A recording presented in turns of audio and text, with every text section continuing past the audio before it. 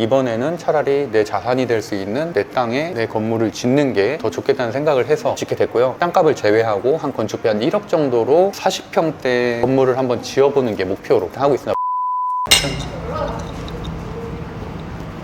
얼음 맥주가 아주 그냥. 일하시는데 술 마시면 어떡해요, 카페에서. 에센셜 H에서는 생맥주도 판매하고 있어서 얼음 맥주 어제부터 판매하고 있습니다. 근데 옆에 계신 분은 누구신지. 건대에서 창업반에서 같이 스타트업 공부를 같이 했었던 대표님입니다. 건대에는 다 시끄러운 카페밖에 없기 때문에 대화가 될 수 있는 카페를, 그리고 제가 또 강의를 하잖아요. 그 두 가지 요소를 충족할 수 있는 카페를 하려는 계획이 있었어요. 그래서 2018년도에 종민이가 와서 우리가 한번 기회를 주면 어떻겠냐라고 제의를 해주셔서 다른 디자인 팀도 여러 번 같이 만났었거든요. 근데 훨씬 낫더라고요. 훨씬 낫고 열정이 있고 감각이 있고, 벌써 지금 여기 대전점 새로운 애견 카페까지 하게 됐어요. 학교 후배이자 대표. 오늘은 또 카페 관련해서 영상 찍어보자고 하셔가지고 네. 5년째 건대에서 카페 하고 계신 거잖아요. 네. 뭐가 가장 힘드세요? 코로나 때는 오히려 장사 잘 됐거든요. 일반 음식점업으로 등록이 돼 있어서 브런치 카페예요. 코로나 3단계, 4단계 때는 브런치 카페만 됐었거든요. 나머지는 다 테이크아웃만 가능했었잖아요. 배달도 저희는 벌써 3년째고, 오히려 코로나 기간에는 잘 되는데 올해 초부터 사실은 코로나가 조금 소강되면서 매출이 많이 떨어졌어요. 3월부터 에센셜 H도 새로 오픈을 하고 저녁 시간에는 뭐 칵테일이나 완주류 이런 것까지 판매를 하고 있습니다. 여기 대표님이랑 같이 힘든 와중에 또 카페를 하신다고 들었습니다. 주식으로 3개월치 벌은 1억을 뽑아서 카페를 지으려고. 그것도 어떻게 보면은 자산의 해치 수단이죠. 분산 투자죠. 벌써 이제 세 번째 일을 같이 하다 보니까 어떤 느낌이다라는 정도만 얘기를 하면은 능력이 있는 종민 대표가 알아서 다 이렇게 짜서 보내주거든요. 이런 식으로 그림 수준으로 그려서 보내줬는데, 이제 그거를 예산이라든지 기능적 요소나 디자인이나 이런 것들까지 다 체크해서. 현장 딱 갔을 때 기존에 운영하시는 펜션이 있었고, 옆에 대지에 애견 카페 겸 캠핑장까지 나중에 확장을 할 수 있는 구상을 저한테 이제 요청을 해주셨는데, 사이트가 주는 그런 감성은 애견 카페 하기 되게 적절해 보였고, 사실 지금 뭐 토목이나 이런 게 아무것도 없는 임야기 때문에 디자인을 하기는 사실 좀 막막했고요. 예산도 사실 크게 넉넉한 편은 아니어서 여러 가지 요소가 있지만 가장 포커스를 강하게 뒀던 거는 단순한 형태에서 여러 기능이 일단은 다 작동을 해야 된다가 크게 필요했고, 예산을 조금 효과적으로 사용하기 위해서 건축에서 내장, 외장이 거의 마감이 끝나는 그런 시안으로 저희가 만들어 보도록 했어요. 건물 면적에서 허가받은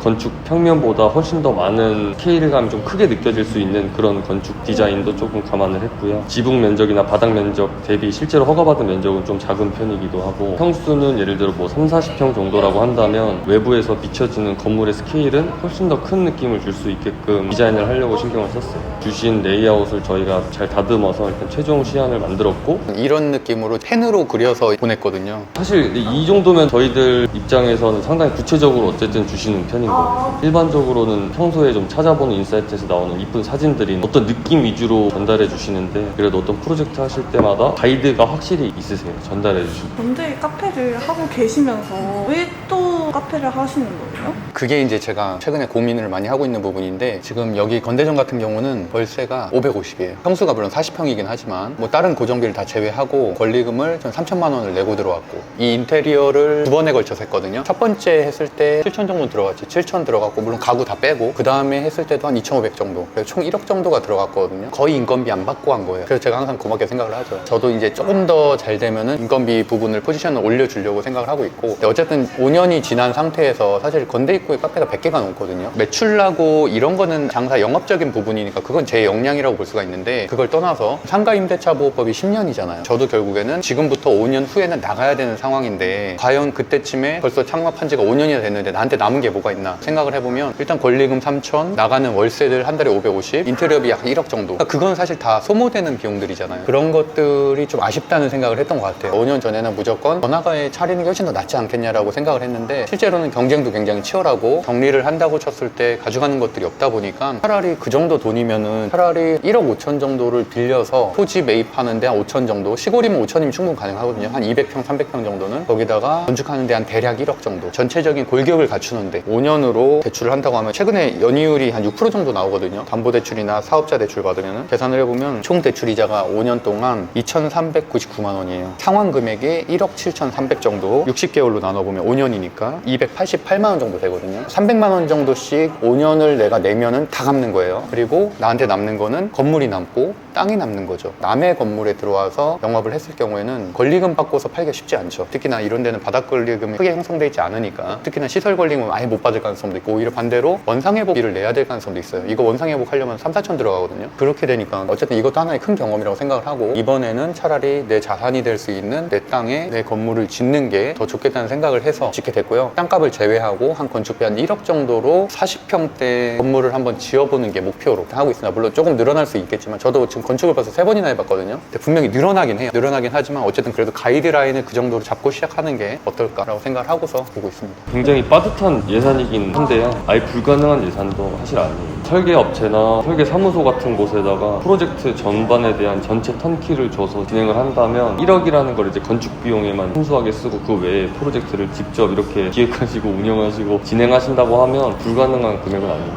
최근에 좀 유행하는 대형 카페들이 그런 경우가 많습니다. 토지주들이 요리사나 카페 창업을 오래 하셨던 분하고 콜라보를 해서 가치가 별로 없는 도로 정도 접한 땅, 또는 산에 있는 한 4m 도로 정도 접한 땅에 카페를 짓는 거예요. 그 카페가 좀 잘 됐을 경우에는 토지 가격 자체가 두세 배 상승을 하기 때문에 아예 통으로 넘기고 나가는, 2, 3년 안에 그렇게 띄운 다음에 나가는 그런 방식도 하나의 재테크 수단으로서 쓰고 있습니다. 지금 현재 제가 소유하고 있는 땅은 임야이기 때문에 산도 있고 건답 말 그대로 논밭도 있겠고요. 대지 말 그대로 건물을 지을 수 있는 대지도 있겠죠. 근데 당연히 대지가 가장 비싸고 가장 싼 건 어떻게 보면 임야가 되겠죠. 일반적으로 봤을 때 임야도 4m 도로가 접해 있으면 충분히 카페나 일반 음식점을 할 수 있기 때문에 그런 것들을 활용을 해서 대지를 살려면 굉장히 비싸잖아요. 특히나 뭐 경기도권이나 수도권에 대지를 살려면 평당 1,000만 원도 한 데도 있겠죠. 3, 400은 기본이고, 근데 제가 하고 있는 충남 금산만 해도 평당 10만 원으로 계산한다면 1000평이면은 1억. 1000평까지는 당연히 필요 없죠. 카페는 건폐율 보통 20%면 되거든요. 그러면은 우리가 40평 지으니까 400평이면 충분하죠. 넘치죠. 근데 앞에 아무래도 뭐 잔디밭이라든지 애견 운동장이라든지 이런 걸 추가적으로 좀 하려면 그래도 한 3, 400평 정도는 쓸 수 있어야 되니까 주차장도 해야 되고, 약 400평을 매입하는데 보통 5천 정도면 충분합니다. 하여튼 너무 디자인도 좋고요. 톤도 되게 좋은 것 같아요. 톤이 사실 요새 좀 유행하는 계란톤? 건축비는 약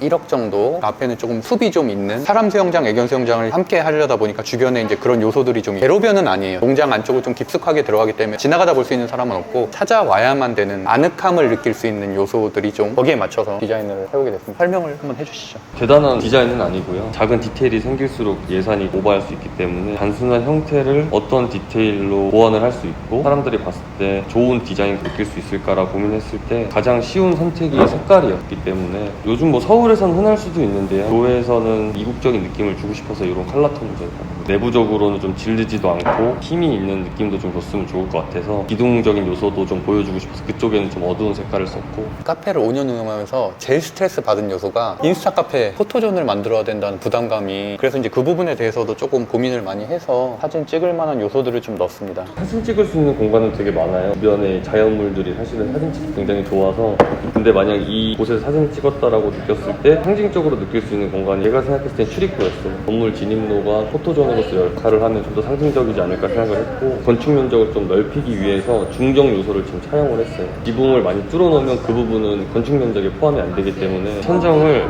바닥 면적에서 큰 부분에 구멍을 냈고, 그 구멍을 낸 부분에서 조경적인 요소를 심고, 그 옆에 이제 출입구가 되면서 사람들이 들어갈 때 사진도 찍을 수 있고. 사실 후능 카페 하려고 했는데 이종민 대표가 극구 반대하면서 이름까지도 맡기기로 했습니다. 네이밍까지도. 오픈 목표 일이 있어요? 종민 생일 언제니? 지났습니다. 생일 맞춰서 하려고 했지. PD님 생일 언제예요? 아, 그래요? 아쉽네요. 11월에 생일인 사람 있으면 그때쯤에 오픈하면 어떨까? 한 10월, 11월 되지 않을까? 저도 공사를 몇 번 해보니까 항상 늘어지더라고요. 9월에 잡아도 10월, 11월에는 끝나게 되고, 실제로 공사가 들어가는 건 아마 9월 달일 거예요. PD님도 9월 달에 가서 삽도 좀 같이 그런 과정들을 콘텐츠로 남겨서 직장인들이 많이 이제 꿈을 담고 있는 게 카페 창업이고, 그 카페 창업을 현재까지는 대부분 다 임대를 해서 인테리어 해서 운영할 생각만 하고 있는데, 그게 아니라 땅을 사서 건축을 해서 부동산으로 만들면서 운영까지 할 수 있는 그런 방식의 새로운 대안을 저는 제시하고 싶어서 이런 콘텐츠를 만들게 됐습니다. 오늘 고생하셨습니다. 네, 감사합니다.